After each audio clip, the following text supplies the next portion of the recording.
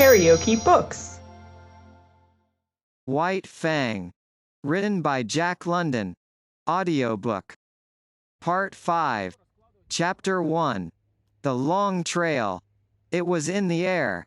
White Fang sensed the coming calamity, even before there was tangible evidence of it. In vague ways it was borne in upon him that a change was impending.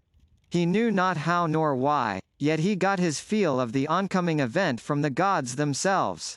In ways subtler than they knew, they betrayed their intentions to the wolf dog that haunted the cabin stoop, and that, though he never came inside the cabin, knew what went on inside their brains. "Listen to that, will you?" the dog Musher exclaimed at supper one night. Weedon Scott listened. Through the door came a low, anxious whine, like a sobbing under the breath that had just grown audible. Then came the long sniff, as White Fang reassured himself that his god was still inside and had not yet taken himself off in mysterious and solitary flight. "I do believe that wolf's onto you," the dog Musher said. Weedon Scott looked across at his companion with eyes that almost pleaded, though this was given the lie by his words. "What the devil can I do with a wolf in California?" he demanded. "That's what I say," Matt answered. "What the devil can you do with a wolf in California?" But this did not satisfy Weedon Scott. The other seemed to be judging him in a non-committal sort of way. "White man's dogs would have no show against him," Scott went on. "He'd kill them on sight. If he didn't bankrupt me with damaged suits, the authorities would take him away from me and electrocute him. He's a downright murderer, I know," was the dog Musher's comment. Weedon Scott looked at him suspiciously. "It would never do," he said decisively. "It would never do," Matt concurred. "Why, you'd have to hire a man, specially to take care of M." The other suspicion was allayed. He nodded cheerfully. In the silence that followed, the low, half-sobbing whine was heard at the door and then the long, questing sniff. "There's no denyin' he thinks a hell of a lot of you," Matt said. The other glared at him in sudden wrath. "Damn it all, man. I know my own mind and what's best. I'm agreein' with you, only ... quote.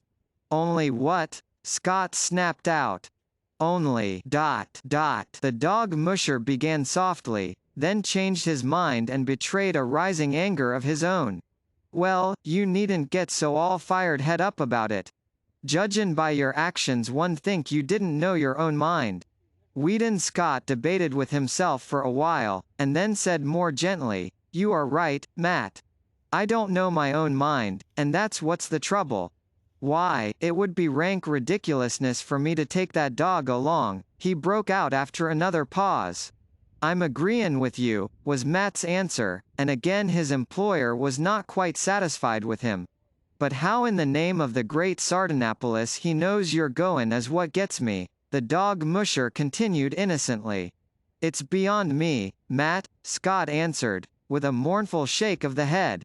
Then came the day when, through the open cabin door, White Fang saw the fatal grip on the floor and the Love Master packing things into it.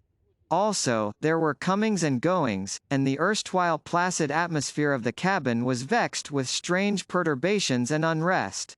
Here was indubitable evidence. White Fang had already scented it. He now reasoned it. His god was preparing for another flight. And since he had not taken him with him before, so, now, he could look to be left behind. That night he lifted the long wolf howl. As he had howled, in his puppy days, when he fled back from the wild to the village to find it vanished and naught but a rubbish heap to mark the site of Grey Beaver's teepee, so now he pointed his muzzle to the cold stars and told to them his woe. Inside the cabin the two men had just gone to bed. "He's gone off his food again," Matt remarked from his bunk. There was a grunt from Weedon Scott's bunk, and a stir of blankets. "From the way he cut up the other time you went away, I wouldn't wonder this time but what he died." The blankets in the other bunk stirred irritably. "Oh, shut up," Scott cried out through the darkness. "You nag worse than a woman." "I'm agreein' with you," the dog Musher answered, and Weedon Scott was not quite sure whether or not the other had snickered. The next day White Fang's anxiety and restlessness were even more pronounced. He dogged his master's heels whenever he left the cabin, and haunted the front stoop when he remained inside. Through the open door he could catch glimpses of the luggage on the floor. The grip had been joined by 2 large canvas bags and a box. Matt was rolling the master's blankets and fur robe inside a small tarpaulin. White Fang whined as he watched the operation. Later on 2 Indians arrived. He watched them closely as they shouldered the luggage and were led off down the hill by Matt, who carried the bedding and the grip. But White Fang did not follow them. The master was still in the cabin. After a time, Matt returned. The master came to the door and called White Fang inside. "You poor devil," he said gently, rubbing White Fang's ears and tapping his spine. "I'm hitting the long trail, old man, where you cannot follow. Now give me a growl, the last, goodbye growl." But White Fang refused to growl. Instead, and after a wistful, searching look, he snuggled in, burrowing his head out of sight between the master's arm and body. "There she blows," Matt cried. From the Yukon arose the hoarse bellowing of a river steamboat. "You've got to cut it short. Be sure and lock the front door. I'll go out the back. Get a move on." The 2 doors slammed at the same moment, and Weedon Scott waited for Matt to come around to the front.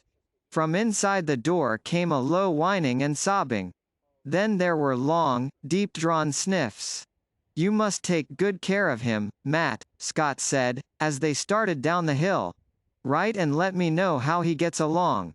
"Sure," the dog musher answered. "But listen to that, will you?" Both men stopped. White Fang was howling as dogs howl when their masters lie dead.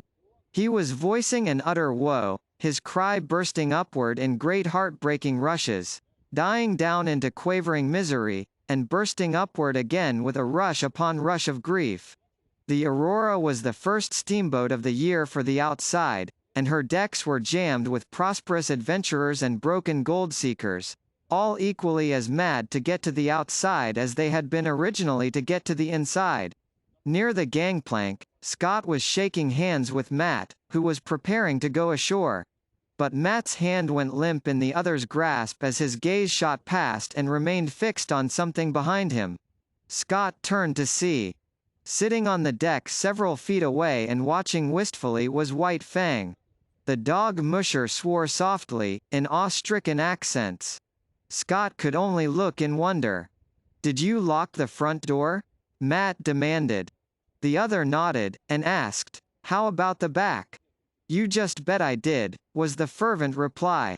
White Fang flattened his ears ingratiatingly, but remained where he was, making no attempt to approach.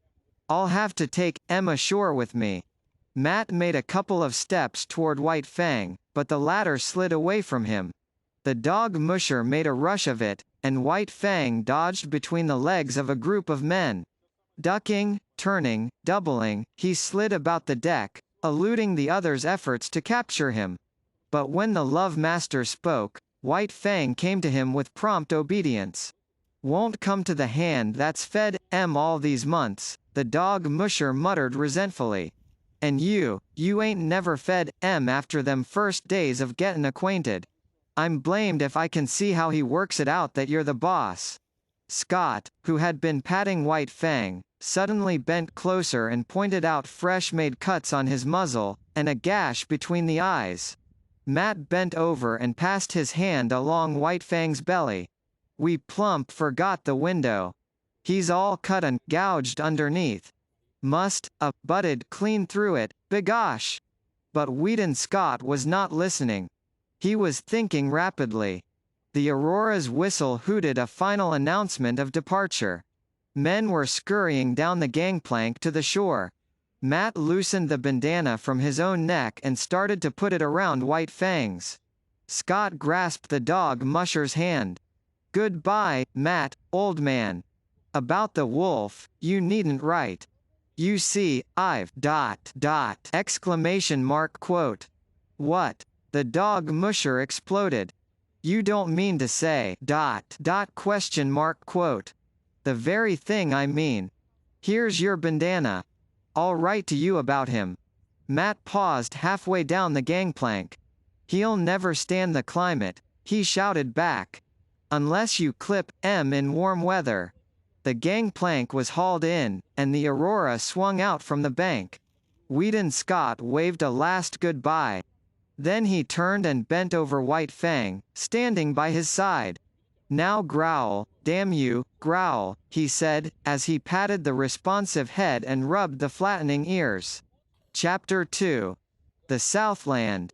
White Fang landed from the steamer in San Francisco. He was appalled. Deep in him, below any reasoning process or act of consciousness, he had associated power with Godhead. And never had the white men seemed such marvelous gods as now, when he trod the slimy pavement of San Francisco. The log cabins he had known were replaced by towering buildings.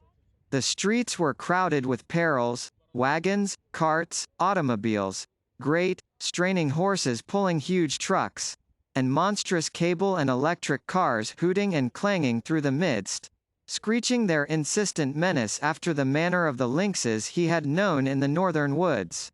All this was the manifestation of power.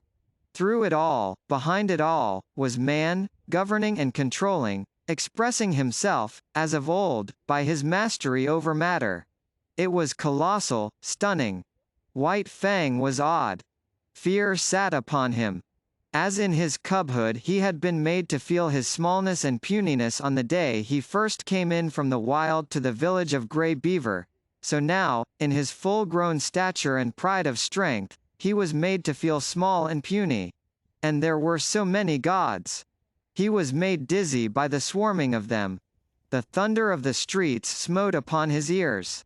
He was bewildered by the tremendous and endless rush and movement of things. As never before, he felt his dependence on the Love Master, close at whose heels he followed, no matter what happened, never losing sight of him. But White Fang was to have no more than a nightmare vision of the city, an experience that was like a bad dream, unreal and terrible, that haunted him for long after in his dreams. He was put into a baggage car by the master, chained in a corner in the midst of heaped trunks and valises. Here a squat and brawny god held sway, with much noise, hurling trunks and boxes about, dragging them in through the door and tossing them into the piles, or flinging them out of the door, smashing and crashing, to other gods who awaited them. And here, in this inferno of luggage, was White Fang deserted by the master. Or at least White Fang thought he was deserted, until he smelled out the master's canvas clothes bags alongside of him, and proceeded to mount guard over them. "'Bout time you come," growled the god of the car, an hour later, when Weedon Scott appeared at the door. "That dog of yourn won't let me lay a finger on your stuff." White Fang emerged from the car. He was astonished. The nightmare city was gone. The car had been to him no more than a room in a house, and when he had entered it the city had been all around him. In the interval the city had disappeared. The roar of it no longer dinned upon his ears. Before him was smiling country, streaming with sunshine, lazy with quietude. But he had little time to marvel at the transformation. He accepted it as he accepted all the unaccountable doings and manifestations of the gods. It was their way. There was a carriage waiting. A man and a woman approached the master. The woman's arms went out and clutched the master around the neck, a hostile act. The next moment Weedon Scott had torn loose from the embrace and closed with White Fang, who had become a snarling, raging demon. "It's all right, mother," Scott was saying as he kept tight hold of White Fang and placated him. "He thought you were going to injure me, and he wouldn't stand for it. It's all right. It's all right. He'll learn soon enough. And in the meantime I may be permitted to love my son when his dog is not around," she laughed, though she was pale and weak from the fright. She looked at White Fang, who snarled and bristled and glared malevolently. "He'll have to learn, and he shall, without postponement," Scott said. He spoke softly to White Fang until he had quieted him, then his voice became firm. "Down, sir. Down with you."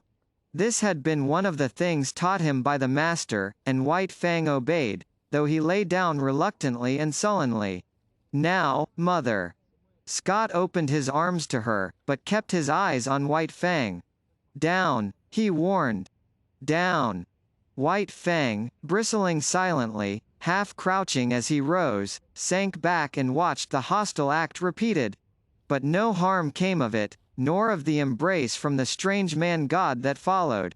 Then the clothes bags were taken into the carriage, the strange gods and the love master followed, and White Fang pursued, now running vigilantly behind, now bristling up to the running horses and warning them that he was there to see that no harm befell the god they dragged so swiftly across the earth.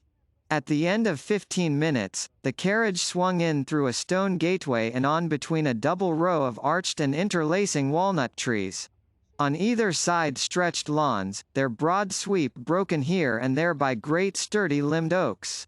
In the near distance, in contrast with the young green of the tended grass, sunburnt hayfields showed tan and gold, while beyond were the tawny hills and upland pastures. From the head of the lawn, on the first soft swell from the valley level, looked down the deep porched, many-windowed house. Little opportunity was given White Fang to see all this. Hardly had the carriage entered the grounds, when he was set upon by a sheepdog, bright-eyed, sharp-muzzled, righteously indignant and angry. It was between him and the master, cutting him off. White Fang snarled no warning, but his hair bristled as he made his silent and deadly rush. This rush was never completed.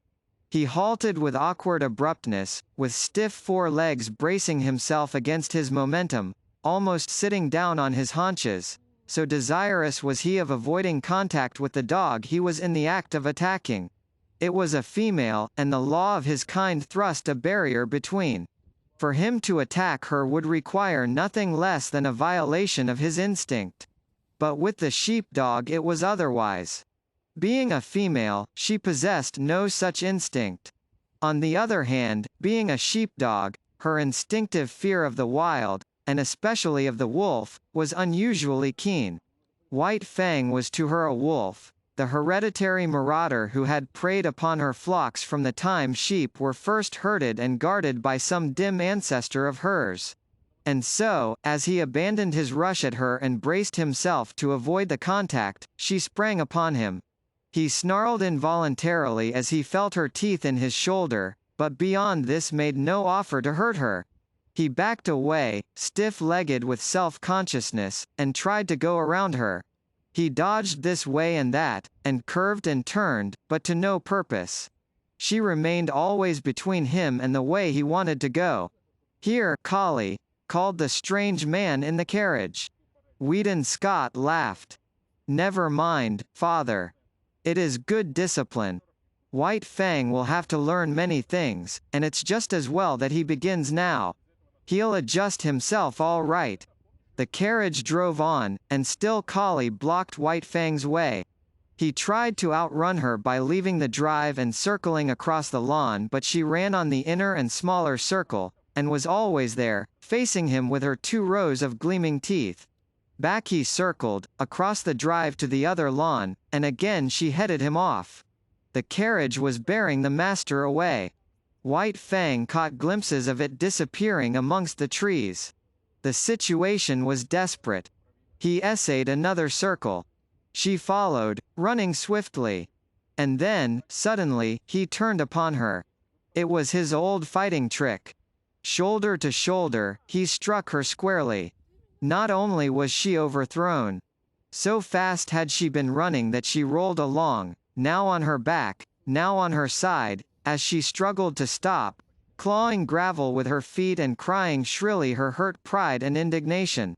White Fang did not wait.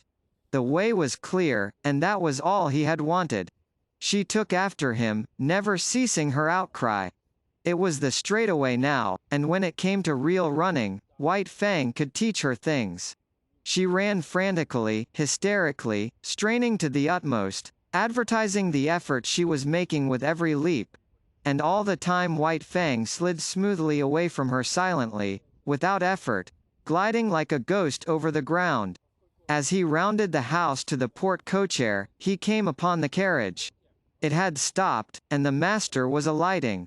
At this moment, still running at top speed, White Fang became suddenly aware of an attack from the side. It was a deer-hound rushing upon him. White Fang tried to face it. But he was going too fast, and the hound was too close. It struck him on the side, and such was his forward momentum and the unexpectedness of it. White Fang was hurled to the ground and rolled clear over. He came out of the tangle a spectacle of malignancy, ears flattened back, lips writhing, nose wrinkling, his teeth clipping together as the fangs barely missed the hound's soft throat. The master was running up, but was too far away, and it was Kali that saved the hound's life. Before White Fang could spring in and deliver the fatal stroke, and just as he was in the act of springing in, Kali arrived. She had been outmaneuvered and outrun, to say nothing of her having been unceremoniously tumbled in the gravel, and her arrival was like that of a tornado, made up of offended dignity, justifiable wrath, and instinctive hatred for this marauder from the wild. She struck White Fang at right angles in the midst of his spring, and again he was knocked off his feet and rolled over. The next moment the master arrived, and with one hand held White Fang, while the father called off the dogs. "I say, this is a pretty warm reception for a poor lone wolf from the Arctic," the master said, while White Fang calmed down under his caressing hand. "In all his life he's only been known once to go off his feet, and here he's been rolled twice in 30 seconds. The carriage had driven away, and other strange gods had appeared from out the house. Some of these stood respectfully at a distance, but 2 of them, women, perpetrated the hostile act of clutching the master around the neck. White Fang, however, was beginning to tolerate this act. No harm seemed to come of it, while the noises the gods made were certainly not threatening. These gods also made overtures to White Fang, but he warned them off with a snarl, and the master did likewise with word of mouth. At such times White Fang leaned in close against the master's legs and received reassuring pats on the head.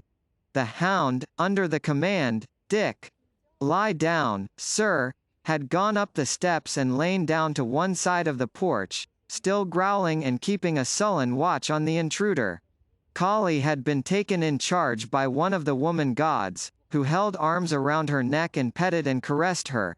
But Kali was very much perplexed and worried, whining and restless, outraged by the permitted presence of this wolf and confident that the gods were making a mistake. All the gods started up the steps to enter the house. White Fang followed closely at the master's heels.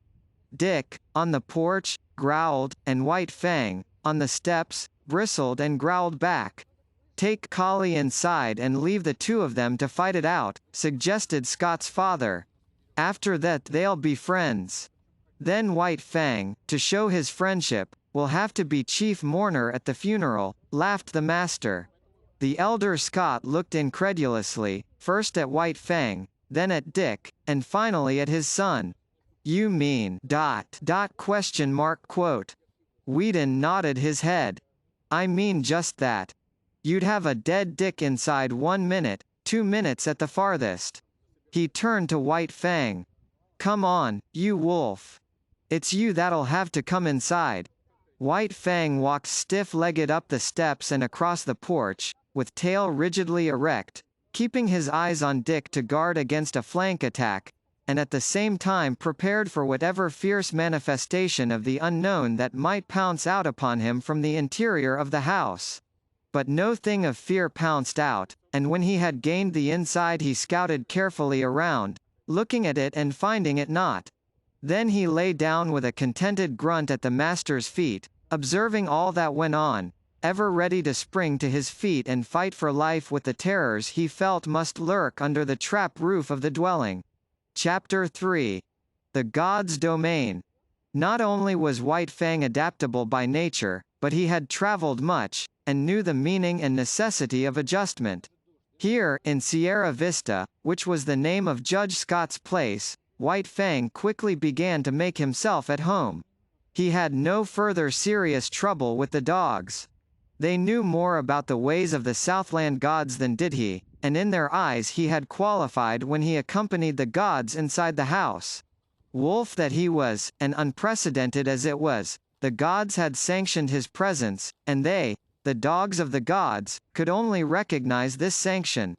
Dick, perforce, had to go through a few stiff formalities at first, after which he calmly accepted White Fang as an addition to the premises. Had Dick had his way, they would have been good friends.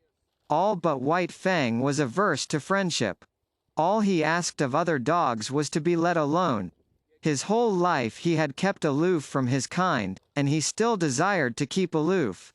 Dick's overtures bothered him, so he snarled Dick away. In the north he had learned the lesson that he must let the master's dogs alone, and he did not forget that lesson now. But he insisted on his own privacy and self-seclusion, and so thoroughly ignored Dick that good-natured creature finally gave him up and scarcely took as much interest in him as in the hitching post near the stable. Not so with Kali. While she accepted him because it was the mandate of the gods, that was no reason that she should leave him in peace. Woven into her being was the memory of countless crimes he and his had perpetrated against her ancestry. Not in a day nor a generation were the ravaged sheepfolds to be forgotten. All this was a spur to her, pricking her to retaliation. She could not fly in the face of the gods who permitted him, but that did not prevent her from making life miserable for him in petty ways. A feud, ages old, was between them, and she, for one, would see to it that he was reminded. So Kali took advantage of her sex to pick upon White Fang and maltreat him. His instinct would not permit him to attack her, while her persistence would not permit him to ignore her. When she rushed at him he turned his fur-protected shoulder to her sharp teeth and walked away stiff-legged and stately. When she forced him too hard, he was compelled to go about in a circle, his shoulder presented to her, his head turned from her, and on his face and in his eyes a patient and bored expression. Sometimes, however, a nip on his hind quarters hastened his retreat and made it anything but stately. But as a rule he managed to maintain a dignity that was almost solemnity. He ignored her existence whenever it was possible, and made it a point to keep out of her way. When he saw or heard her coming, he got up and walked off. There was much in other matters for White Fang to learn. Life in the Northland was simplicity itself when compared with the complicated affairs of Sierra Vista. First of all, he had to learn the family of the master. In a way he was prepared to do this. As Mit Saw and Kloo Kooch had belonged to Grey Beaver, sharing his food, his fire, and his blankets, so now, at Sierra Vista, belonged to the Love Master all the denizens of the house. But in this matter there was a difference, and many differences. Sierra Vista was a far vaster affair than the teepee of Grey Beaver. There were many persons to be considered. There was Judge Scott, and there was his wife.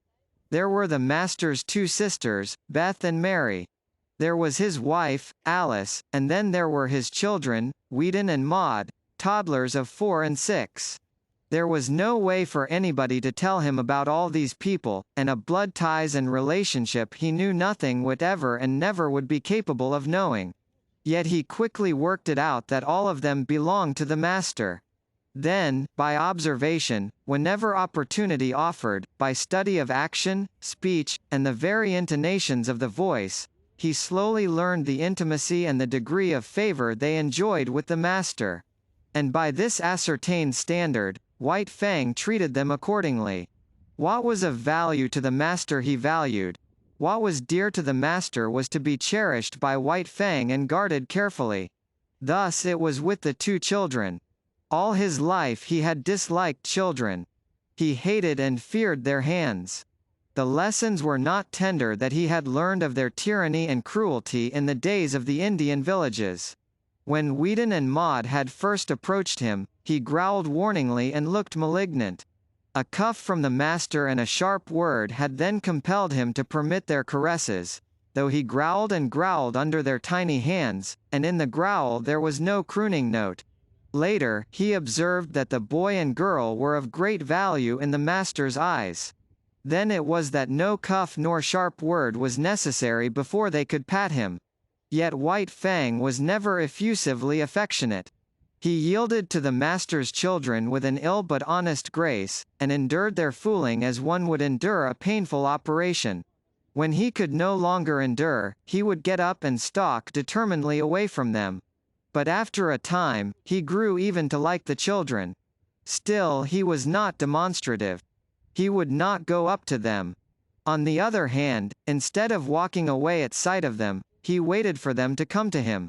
And still later, it was noticed that a pleased light came into his eyes when he saw them approaching, and that he looked after them with an appearance of curious regret when they left him for other amusements. All this was a matter of development, and took time. Next in his regard, after the children, was Judge Scott. There were two reasons, possibly, for this. First, he was evidently a valuable possession of the master's, and next, he was undemonstrative. White Fang liked to lie at his feet on the wide porch when he read the newspaper, from time to time favoring White Fang with a look or a word, untroublesome tokens that he recognized White Fang's presence and existence. But this was only when the master was not around. When the master appeared, all other beings ceased to exist so far as White Fang was concerned. White Fang allowed all the members of the family to pet him and make much of him, but he never gave to them what he gave to the master. No caress of theirs could put the love croon into his throat, and, try as they would, they could never persuade him into snuggling against them. This expression of abandon and surrender, of absolute trust, he reserved for the master alone. In fact, he never regarded the members of the family in any other light than possessions of the love master. Also White Fang had early come to differentiate between the family and the servants of the household. The latter were afraid of him, while he merely refrained from attacking them. This because he considered that they were likewise possessions of the master. Between White Fang and them existed a neutrality and no more. They cooked for the master and washed the dishes and did other things just as Matt had done up in the Klondike. They were, in short, appurtenances of the household. Outside the household there was even more for White Fang to learn. The master's domain was wide and complex, yet it had its metes and bounds. The land itself ceased at the county road. Outside was the common domain of all gods, the roads and streets. Then inside other fences were the particular domains of other gods. A myriad laws governed all these things and determined conduct. Yet he did not know the speech of the gods, nor was there any way for him to learn save by experience. He obeyed his natural impulses until they ran him counter to some law. When this had been done a few times, he learned the law and after that observed it. But most potent in his education was the cuff of the master's hand, the censure of the master's voice. Because of White Fang's very great love, a cuff from the master hurt him far more than any beating Grey Beaver or Beautysmith had ever given him. They had hurt only the flesh of him. Beneath the flesh the spirit had still raged, splendid and invincible. But with the master the cuff was always too light to hurt the flesh. Yet it went deeper. It was an expression of the master's disapproval, and White Fang's spirit wilted under it. In point of fact, the cuff was rarely administered. The master's voice was sufficient. By it White Fang knew whether he did right or not. By it he trimmed his conduct and adjusted his actions. It was the compass by which he steered and learned to chart the manners of a new land and life. In the Northland, the only domesticated animal was the dog. All other animals lived in the wild, and were, when not too formidable, lawful spoil for any dog.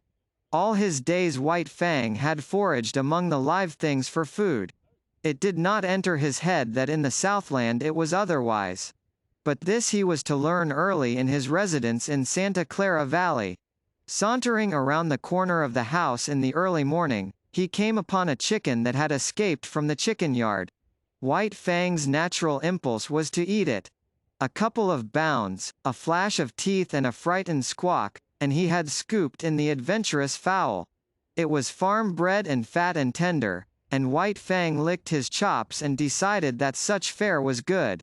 Later in the day, he chanced upon another stray chicken near the stables.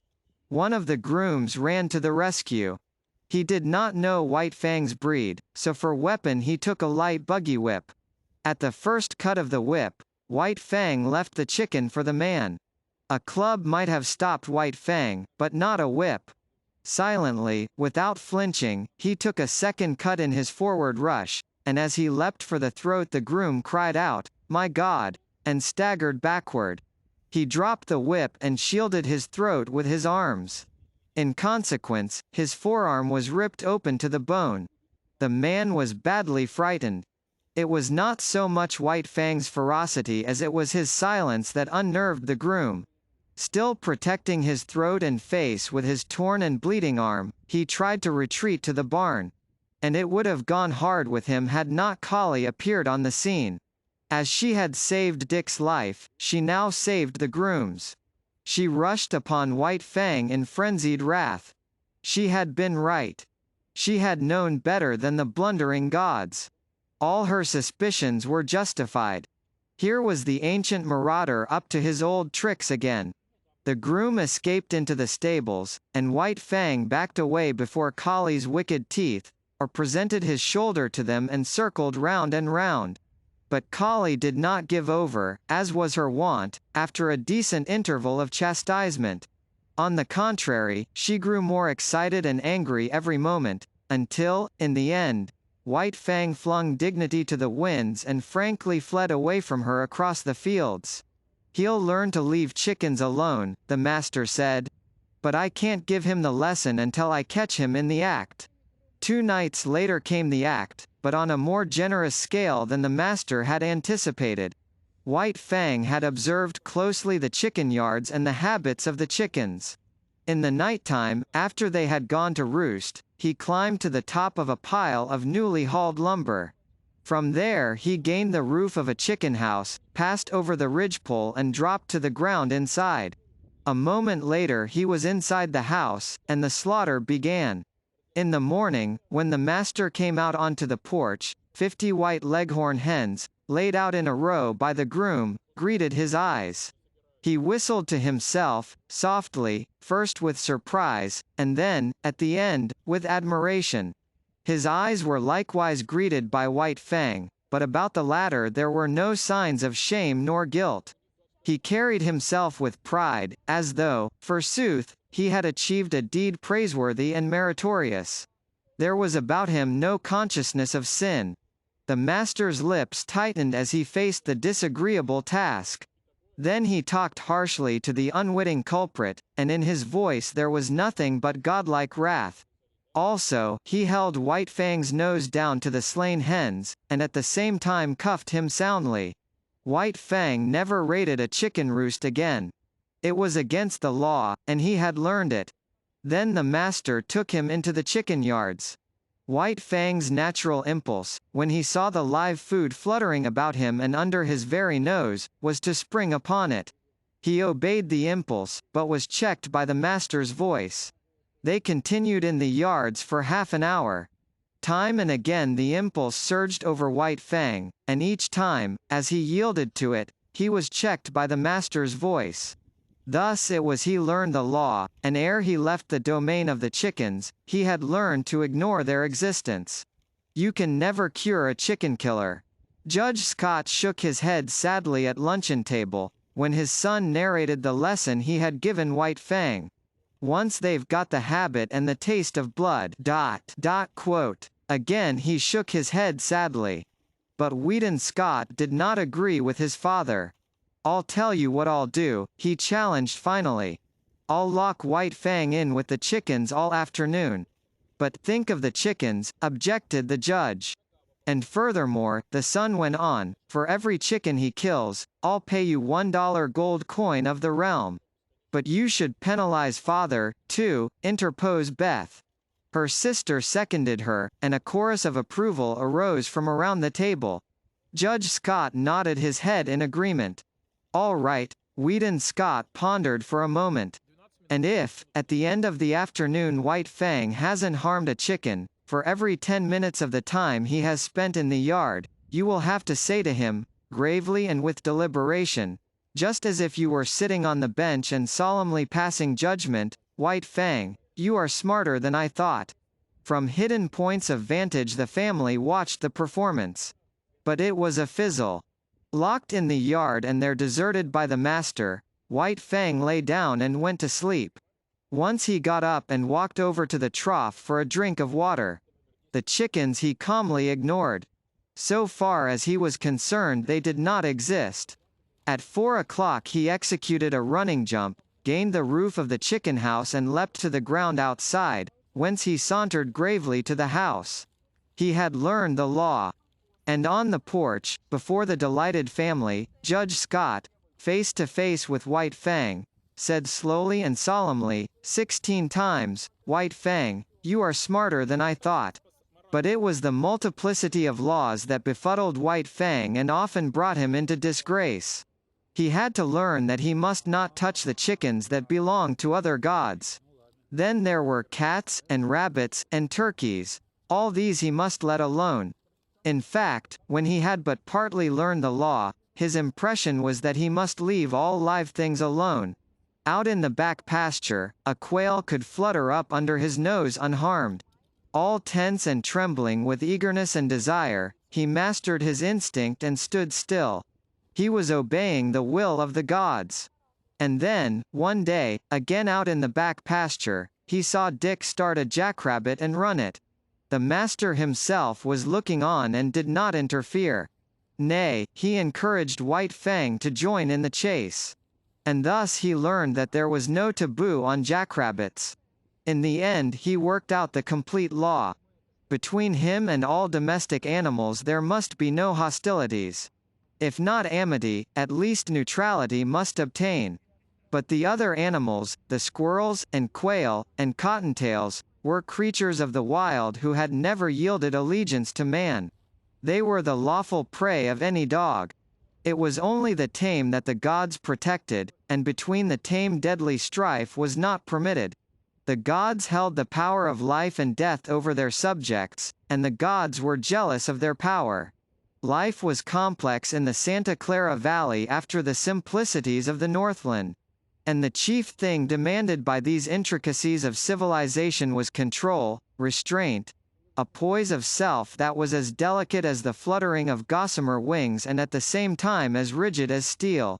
Life had 1,000 faces, and White Fang found he must meet them all. Thus, when he went to town, into San Jose, running behind the carriage or loafing about the streets when the carriage stopped, life flowed past him, deep and wide and varied, continually impinging upon his senses, demanding of him instant and endless adjustments and correspondences, and compelling him, almost always, to suppress his natural impulses. There were butcher shops where meat hung within reach. This meat he must not touch. There were cats at the houses the master visited that must be let alone. And there were dogs everywhere that snarled at him and that he must not attack. And then, on the crowded sidewalks there were persons innumerable whose attention he attracted. They would stop and look at him, point him out to one another, examine him, talk of him, and, worst of all, pat him. And these perilous contacts from all these strange hands he must endure. Yet this endurance he achieved. Furthermore, he got over being awkward and self-conscious. In a lofty way he received the attentions of the multitudes of strange gods. With condescension he accepted their condescension. On the other hand, there was something about him that prevented great familiarity. They patted him on the head and passed on, contented and pleased with their own daring. But it was not all easy for White Fang. Running behind the carriage in the outskirts of San Jose, he encountered certain small boys who made a practice of flinging stones at him. Yet he knew that it was not permitted him to pursue and drag them down. Here he was compelled to violate his instinct of self-preservation, and violate it he did, for he was becoming tame and qualifying himself for civilization. Nevertheless, White Fang was not quite satisfied with the arrangement. He had no abstract ideas about justice and fair play. But there is a certain sense of equity that resides in life, and it was this sense in him that resented the unfairness of his being permitted no defense against the stone-throwers. He forgot that in the covenant entered into between him and the gods they were pledged to care for him and defend him. But one day the master sprang from the carriage, whip in hand, and gave the stone-throwers a thrashing. After that they threw stones no more, and White Fang understood and was satisfied. One other experience of similar nature was his. On the way to town, hanging around the saloon at the crossroads, were 3 dogs that made a practice of rushing out upon him when he went by. Knowing his deadly method of fighting, the master had never ceased impressing upon White Fang the law that he must not fight. As a result, having learned the lesson well, White Fang was hard put whenever he passed the crossroad saloon. After the first rush, each time, his snarl kept the 3 dogs at a distance, but they trailed along behind, yelping and bickering and insulting him. This endured for some time. The men at the saloon even urged the dogs on to attack White Fang. One day they openly sicked the dogs on him. The master stopped the carriage. "Go to it," he said to White Fang. But White Fang could not believe. He looked at the master, and he looked at the dogs. Then he looked back eagerly and questioningly at the master. The master nodded his head. "Go to them, old fellow. Eat them up." White Fang no longer hesitated. He turned and leapt silently among his enemies. All 3 faced him. There was a great snarling and growling, a clashing of teeth and a flurry of bodies. The dust of the road arose in a cloud and screened the battle. But at the end of several minutes 2 dogs were struggling in the dirt and the 3rd was in full flight. He leapt a ditch, went through a rail fence, and fled across a field. White Fang followed, sliding over the ground in wolf fashion and with wolf speed, swiftly and without noise, and in the center of the field he dragged down and slew the dog. With this triple killing his main troubles with dogs ceased. The word went up and down the valley, and men saw to it that their dogs did not molest the fighting wolf. Chapter 4. The Call of Kind. The months came and went. There was plenty of food and no work in the Southland, and White Fang lived fat and prosperous and happy. Not alone was he in the geographical Southland, for he was in the Southland of life. Human kindness was like a sun shining upon him, and he flourished like a flower planted in good soil. And yet he remained somehow different from other dogs. He knew the law even better than did the dogs that had known no other life, and he observed the law more punctiliously. But still there was about him a suggestion of lurking ferocity, as though the wild still lingered in him and the wolf in him merely slept. He never chummed with other dogs. Lonely he had lived, so far as his kind was concerned, and lonely he would continue to live. In his puppyhood, under the persecution of Lip Lip and the puppy pack, and in his fighting days with Beautysmith, he had acquired a fixed aversion for dogs. The natural course of his life had been diverted, and, recoiling from his kind, he had clung to the human. Besides, all Southland dogs looked upon him with suspicion. He aroused in them their instinctive fear of the wild, and they greeted him always with snarl and growl and belligerent hatred. He, on the other hand, learned that it was not necessary to use his teeth upon them. His naked fangs and writhing lips were uniformly efficacious, rarely failing to send a bellowing on rushing dog back on its haunches. But there was one trial in White Fang's life, Collie. She never gave him a moment's peace. She was not so amenable to the law as he. She defied all efforts of the master to make her become friends with White Fang. Ever in his ears was sounding her sharp and nervous snarl. She had never forgiven him the chicken-killing episode, and persistently held to the belief that his intentions were bad. She found him guilty before the act, and treated him accordingly. She became a pest to him, like a policeman following him around the stable and the hounds, and, if he even so much as glanced curiously at a pigeon or chicken, bursting into an outcry of indignation and wrath. His favorite way of ignoring her was to lie down, with his head on his four paws, and pretend sleep. This always dumbfounded and silenced her. With the exception of Kali, all things went well with White Fang. He had learned control and poise, and he knew the law. He achieved a staidness, and calmness, and philosophic tolerance. He no longer lived in a hostile environment.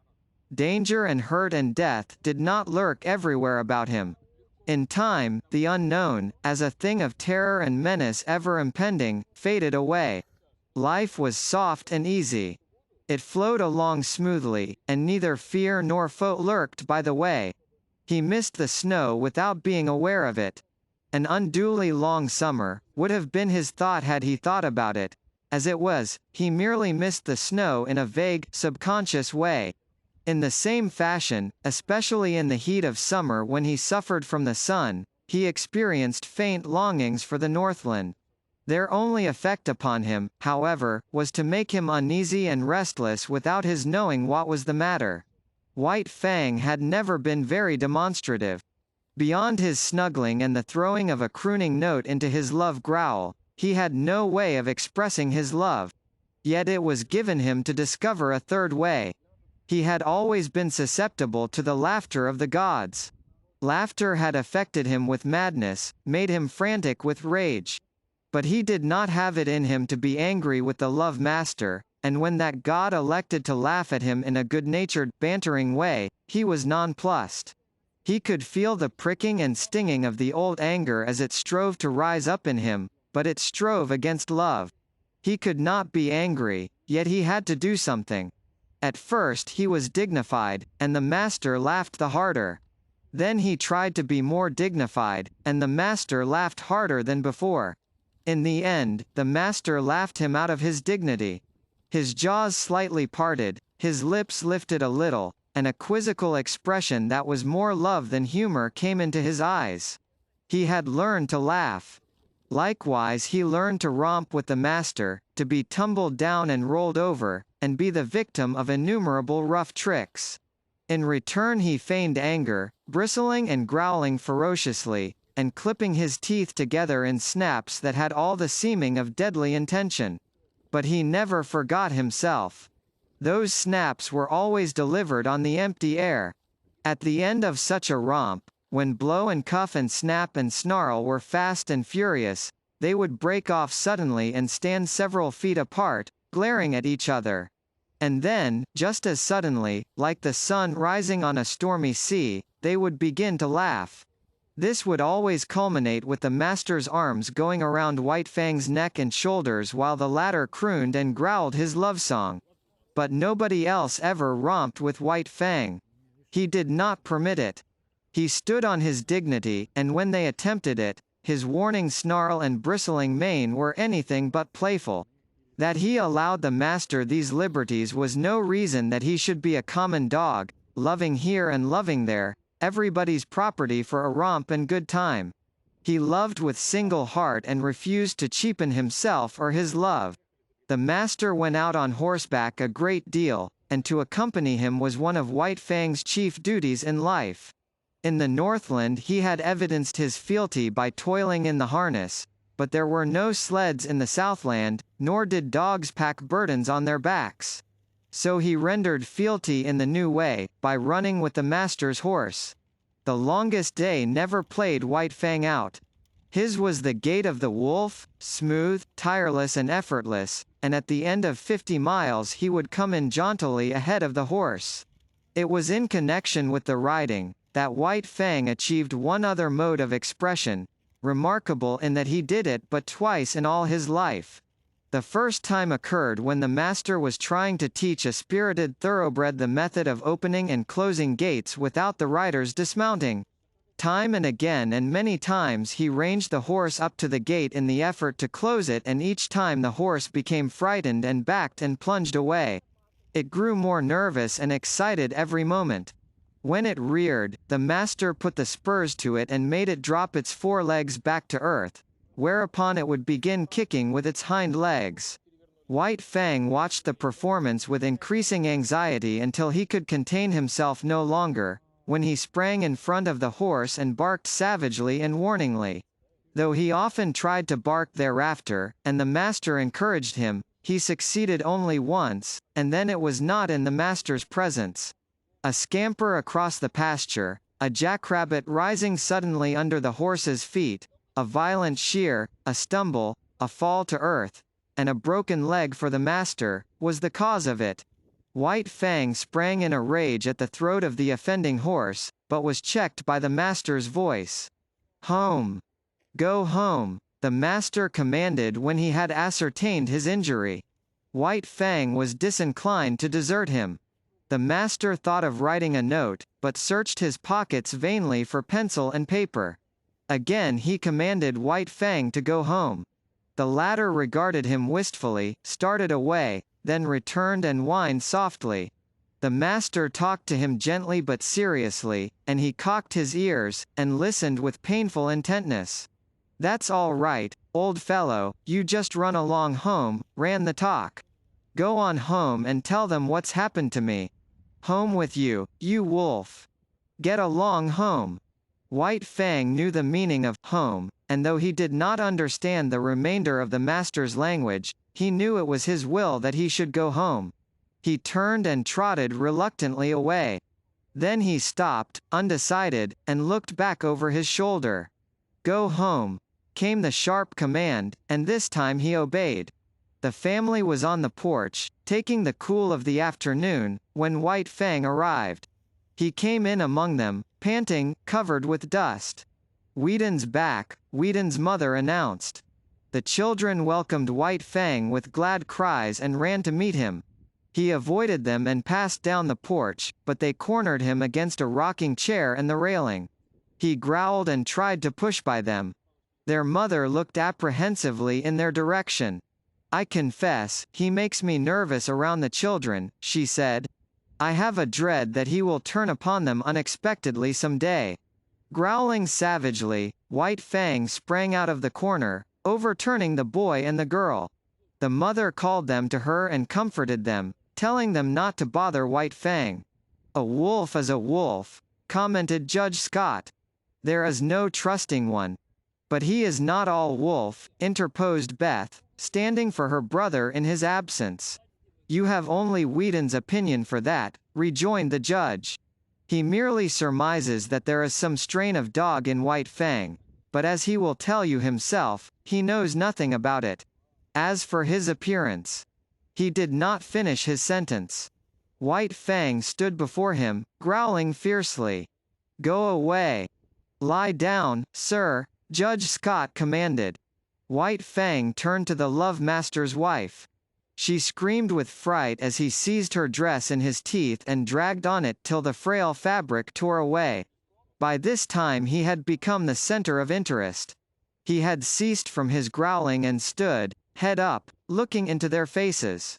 His throat worked spasmodically, but made no sound, while he struggled with all his body, convulsed with the effort to rid himself of the incommunicable something that strained for utterance. "I hope he is not going mad," said Whedon's mother. "I told Whedon that I was afraid the warm climate would not agree with an Arctic animal. He's trying to speak, I do believe," Beth announced. At this moment speech came to White Fang, rushing up in a great burst of barking. "Something has happened to Whedon," his wife said decisively. They were all on their feet now, and White Fang ran down the steps, looking back for them to follow. For the second and last time in his life he had barked and made himself understood. After this event he found a warmer place in the hearts of the Sierra Vista people, and even the groom whose arm he had slashed admitted that he was a wise dog even if he was a wolf. Judge Scott still held to the same opinion, and proved it to everybody's dissatisfaction by measurements and descriptions taken from the encyclopedia and various works on natural history. The days came and went, streaming their unbroken sunshine over the Santa Clara Valley. But as they grew shorter and White Fang's second winter in the Southland came on, he made a strange discovery. Collie's teeth were no longer sharp. There was a playfulness about her nips and a gentleness that prevented them from really hurting him. He forgot that she had made life a burden to him, and when she disported herself around him he responded solemnly, striving to be playful and becoming no more than ridiculous. One day she led him off on a long chase through the back pasture land into the woods. It was the afternoon that the master was to ride, and White Fang knew it. The horse stood saddled and waiting at the door. White Fang hesitated. But there was that in him deeper than all the law he had learned, than the customs that had molded him, than his love for the master, than the very will to live of himself. And when, in the moment of his indecision, Kali nipped him and scampered off, he turned and followed after. The master rode alone that day, and in the woods, side by side, White Fang ran with Kali, as his mother, Kache, and Old One Eye had run long years before in the silent Northland forest. Chapter 5. The Sleeping Wolf. It was about this time that the newspapers were full of the daring escape of a convict from San Quentin prison. He was a ferocious man. He had been ill-made in the making. He had not been born right, and he had not been helped any by the molding he had received at the hands of society. The hands of society are harsh, and this man was a striking sample of its handiwork. He was a beast, a human beast, it is true, but nevertheless so terrible a beast that he can best be characterized as carnivorous. In San Quentin prison he had proved incorrigible. Punishment failed to break his spirit. He could die dumb mad and fighting to the last, but he could not live and be beaten. The more fiercely he fought, the more harshly society handled him, and the only effect of harshness was to make him fiercer. Straitjackets, starvation, and beatings and clubbings were the wrong treatment for Jim Hall, but it was the treatment he received. It was the treatment he had received from the time he was a little pulpy boy in a San Francisco slum, soft clay in the hands of society and ready to be formed into something. It was during Jim Hall's third term in prison that he encountered a guard that was almost as great a beast as he. The guard treated him unfairly, lied about him to the warden, lost his credits, persecuted him. The difference between them was that the guard carried a bunch of keys and a revolver. Jim Hall had only his naked hands and his teeth. But he sprang upon the guard one day and used his teeth on the other's throat just like any jungle animal. After this, Jim Hall went to live in the incorrigible cell. He lived there 3 years. The cell was of iron, the floor, the walls, the roof. He never left this cell. He never saw the sky nor the sunshine.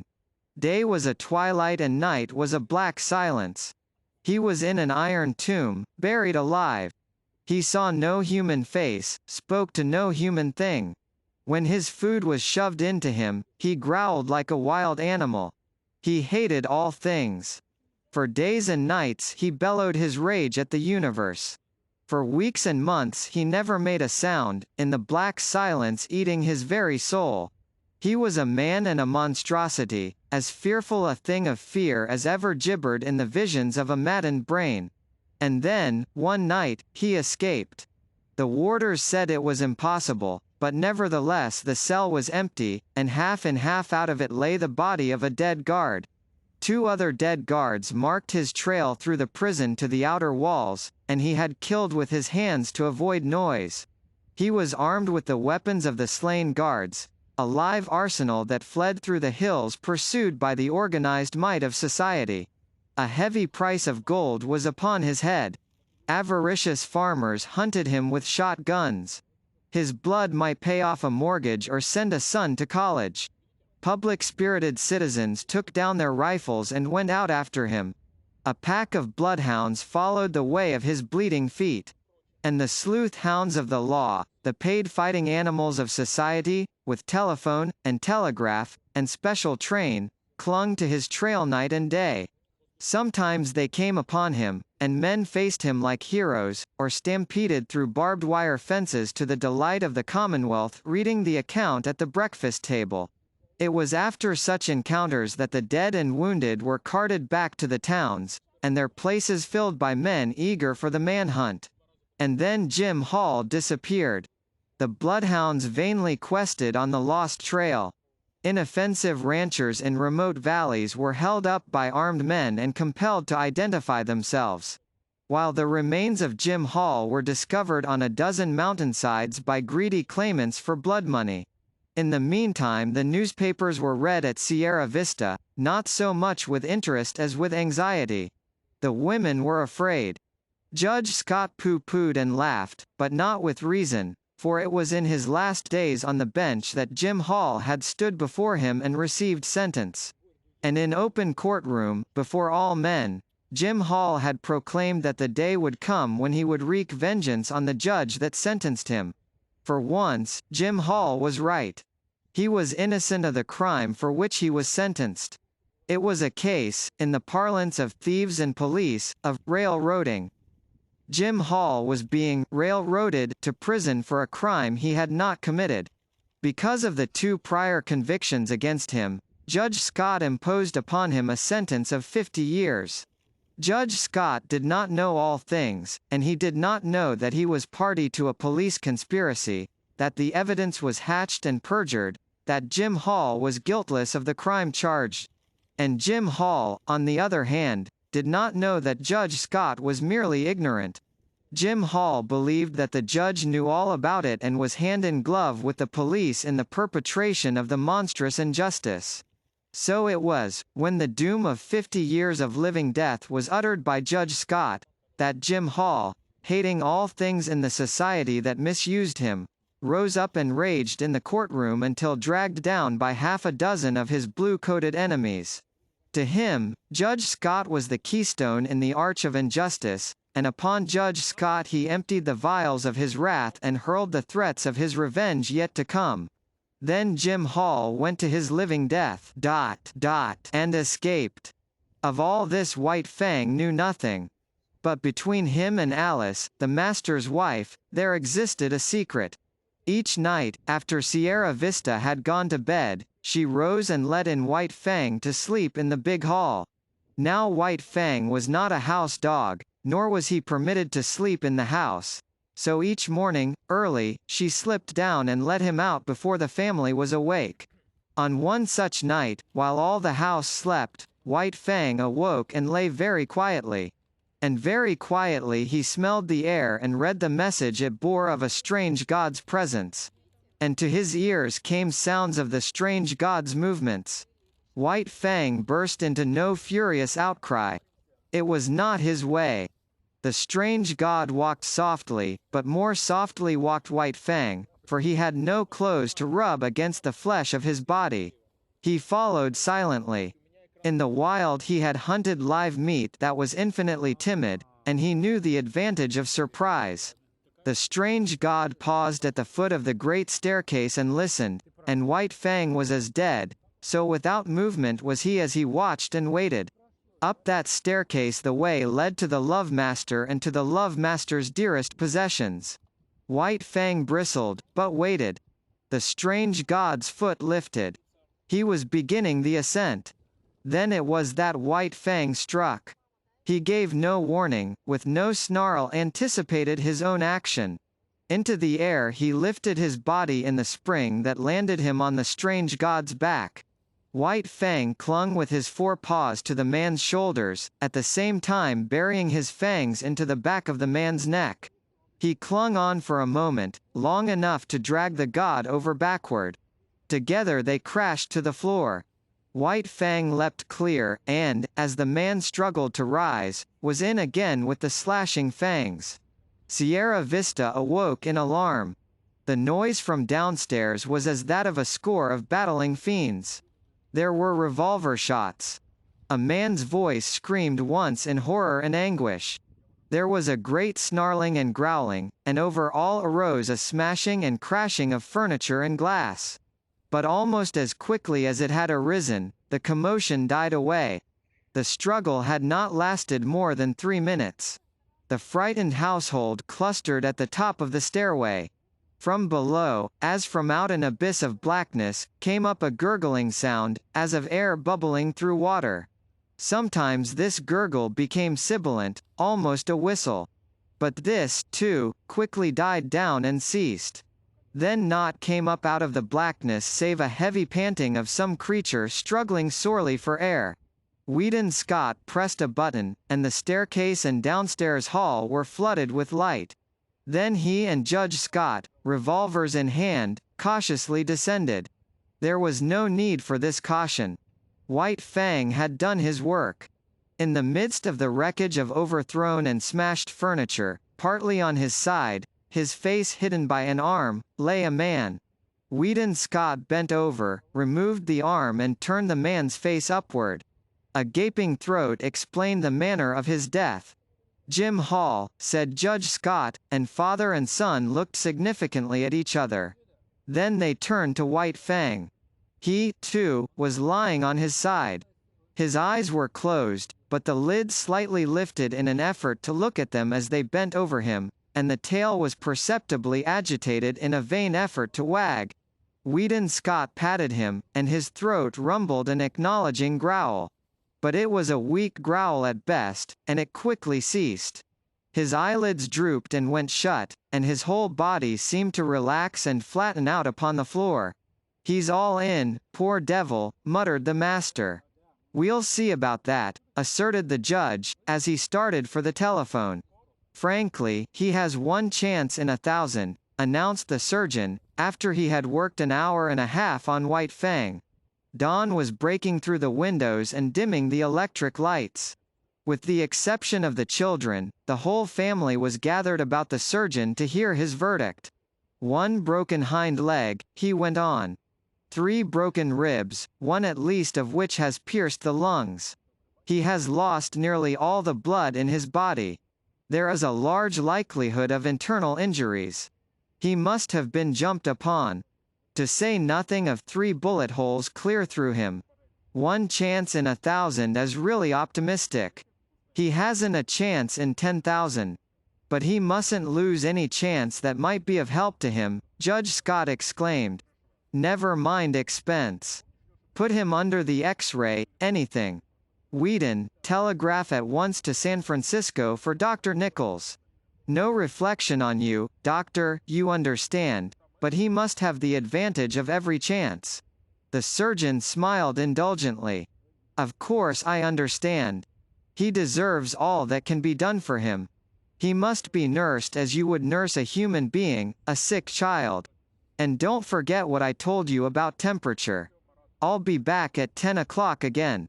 White Fang received the nursing. Judge Scott's suggestion of a trained nurse was indignantly clamored down by the girls, who themselves undertook the task. And White Fang won out on the one chance in 10,000 denied him by the surgeon. The latter was not to be censured for his misjudgment. All his life he had tended and operated on the soft humans of civilization, who lived sheltered lives and had descended out of many sheltered generations. Compared with White Fang, they were frail and flabby, and clutched life without any strength in their grip. White Fang had come straight from the wild, where the weak perish early and shelter is vouchsafed to none. In neither his father nor his mother was there any weakness, nor in the generations before them. A constitution of iron and the vitality of the wild were White Fang's inheritance, and he clung to life, the whole of him and every part of him, in spirit and in flesh, with the tenacity that of old belonged to all creatures. Bound down a prisoner, denied even movement by the plaster casts and bandages, White Fang lingered out the weeks. He slept long hours and dreamed much, and through his mind passed an unending pageant of Northland visions. All the ghosts of the past arose and were with him. Once again he lived in the lair with Kache, crept trembling to the knees of Grey Beaver to tender his allegiance, ran for his life before Lip Lip and all the howling bedlam of the puppy pack. He ran again through the silence, hunting his living food through the months of famine, and again he ran at the head of the team, the gut whips of MIT Saw and Grey Beaver snapping behind, their voices crying, "Raw! Raw!" when they came to a narrow passage and the team closed together like a fan to go through. He lived again all his days with Beautysmith and the fights he had fought. At such times he whimpered and snarled in his sleep, and they that looked on said that his dreams were bad. But there was one particular nightmare from which he suffered, the clanging monsters of electric cars that were to him colossal screaming lynxes. He would lie in a screen of bushes, watching for a squirrel to venture far enough out on the ground from its tree refuge. Then, when he sprang out upon it, it would transform itself into an electric car, menacing and terrible, towering over him like a mountain, screaming and clanging and spitting fire at him. It was the same when he challenged the hawk down out of the sky. Down out of the blue it would rush, as it dropped upon him, changing itself into the ubiquitous electric car. Or again, he would be in the pen of Beautysmith. Outside the pen, men would be gathering, and he knew that a fight was on. He watched the door for his antagonist to enter. The door would open, and thrust in upon him would come the awful electric car. 1,000 times this occurred, and each time the terror it inspired was as vivid and great as ever. Then came the day when the last bandage and the last plaster cast were taken off. It was a gala day. All Sierra Vista was gathered around. The master rubbed his ears, and he crooned his love growl. The master's wife called him the Blessed Wolf, which name was taken up with acclaim, and all the women called him the Blessed Wolf. He tried to rise to his feet, and after several attempts fell down from weakness. He had lain so long that his muscles had lost their cunning, and all the strength had gone out of them. He felt a little shame because of his weakness, as though, forsooth, he were failing the gods in the service he owed them. Because of this he made heroic efforts to arise, and at last he stood on his 4 legs, tottering and swaying back and forth. "The Blessed Wolf," chorused the women. Judge Scott surveyed them triumphantly. "Out of your own mouths be it," he said. "Just as I contended right along. No mere dog could have done what he did. He's a wolf." "A blessed wolf," amended the judge's wife. "Yes, Blessed Wolf," agreed the judge. "And henceforth that shall be my name for him. He'll have to learn to walk again," said the surgeon, "so he might as well start in right now. It won't hurt him. Take him outside." And outside he went, like a king, with all Sierra Vista about him and tending on him. He was very weak, and when he reached the lawn he lay down and rested for a while. Then the procession started on, little spurts of strength coming into White Fang's muscles as he used them, and the blood began to surge through them. The stables were reached, and there in the doorway lay Collie, a half-dozen pudgy puppies playing about her in the sun. White Fang looked on with a wondering eye. Collie snarled warningly at him, and he was careful to keep his distance. The master with his toe helped one sprawling puppy toward him. He bristled suspiciously, but the master warned him that all was well. Collie, clasped in the arms of one of the women, watched him jealously and with a snarl warned him that all was not well. The puppy sprawled in front of him. He cocked his ears and watched it curiously. Then their noses touched, and he felt the warm little tongue of the puppy on his jowl. White Fang's tongue went out, he knew not why, and he licked the puppy's face. Hand-clapping and pleased cries from the gods greeted the performance. He was surprised, and looked at them in a puzzled way. Then his weakness asserted itself, and he lay down, his ears cocked, his head on one side, as he watched the puppy. The other puppies came sprawling toward him, to Collie's great disgust, and he gravely permitted them to clamber and tumble over him. At first, amid the applause of the gods, he betrayed a trifle of his old self-consciousness and awkwardness. This passed away as the puppy's antics and mauling continued, and he lay with half-shut patient eyes, drowsing in the sun. KaraokeBooks.